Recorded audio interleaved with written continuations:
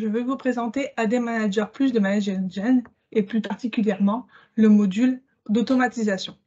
Grâce au schéma visualisé à l'écran, nous allons pouvoir vraiment comprendre comment fonctionne ce module.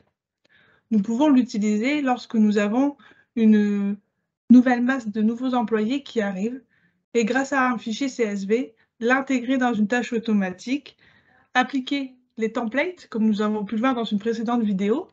Et ainsi, ces utilisateurs sont créés automatiquement avec les bons groupes Active Directory en leur configurant une adresse mail soit sur Office 365 avec l'ajout de licence ou alors sur l'Exchange on-premise ou la partie G Suite.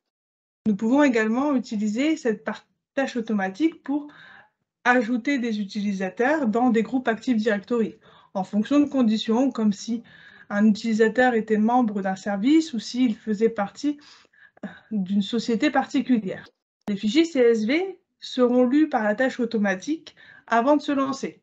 Si elle n'a pas été modifiée, la tâche automatique ne se lancera pas. Nous pouvons en profiter également pour nettoyer un peu notre annuaire et ainsi, grâce à des rapports à des managers sur le nombre d'utilisateurs inactifs depuis X jours, nous allons pouvoir les désactiver, puis, en tâches successives, grâce à des stratégies d'automatisation, les désactiver X jours plus tard. Et ainsi, nettoyer notre AD, supprimer l'utilisateur, révoquer la licence sur Office 365, mais aussi supprimer sa boîte aux lettres sur l'Exchange on-premise, si vous n'avez pas d'Office 365, et avoir un annuaire un peu plus propre. Donc, dans un premier temps, nous allons voir comment fonctionnent les stratégies d'automatisation. Ces stratégies nous seront nécessaires à créer notre tâche automatique. Donc, tout simplement, il suffit de nommer la stratégie et de définir les tâches instantanées puis successives. Dans notre cas, nous allons sélectionner par exemple désactiver des utilisateurs et en tâches successives, nous allons pouvoir sélectionner supprimer l'utilisateur. Nous pouvons définir la durée après laquelle la tâche instantanée la tâche successive devra s'exécuter. Par défaut, c'est 30 jours, mais nous pouvons augmenter ce chiffre ou alors le passer en heures. Après avoir sauvegardé cette tâche d'automatisation, nous allons pouvoir créer notre vraie tâche automatique et ainsi définir les actions. Nous donnons un nom à notre nouvelle tâche, quelle catégorie nous souhaitons utiliser, ordinateur, utilisateur, groupe ou contact, le domaine, sélectionner l'OU sur laquelle nous voulons travailler, sélectionner la tâche ou la stratégie, c'est pour ça qu'il est important de pouvoir configurer la stratégie avant la tâche automatique. Ainsi, tout est déjà configuré lors de la création de votre tâche.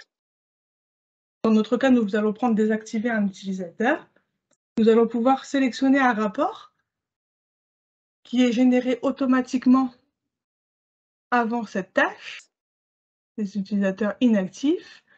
Nous saisissons le nombre de jours auxquels les utilisateurs devront être inactifs. Nous pouvons également générer le rapport pour visualiser en amont combien de personnes seront impactées par la tâche automatique. Nous pouvons également sélectionner un partage où se trouvera notre fichier CSV. Nous n'avons plus qu'à sélectionner le renouvellement de la tâche automatique toutes les heures, tous les jours, hebdomadaires, mensuels, ou alors de personnaliser cette configuration. Nous pouvons également activer les notifications par email et recevoir le détail de l'action qui avait été faite par mail. Nous pouvons également l'implémenter dans un flux de travail, comme nous l'avons vu dans une précédente vidéo. Ainsi, AD Manager sera le demandeur et demandera à un exécuteur, donc à un technicien, un administrateur, de valider sa demande. Et ainsi, vous gardez un peu la main sur comment fonctionnera cette tâche. Si vous avez plus de questions, n'hésitez pas à contacter By The Way pour une démonstration personnalisée. Merci.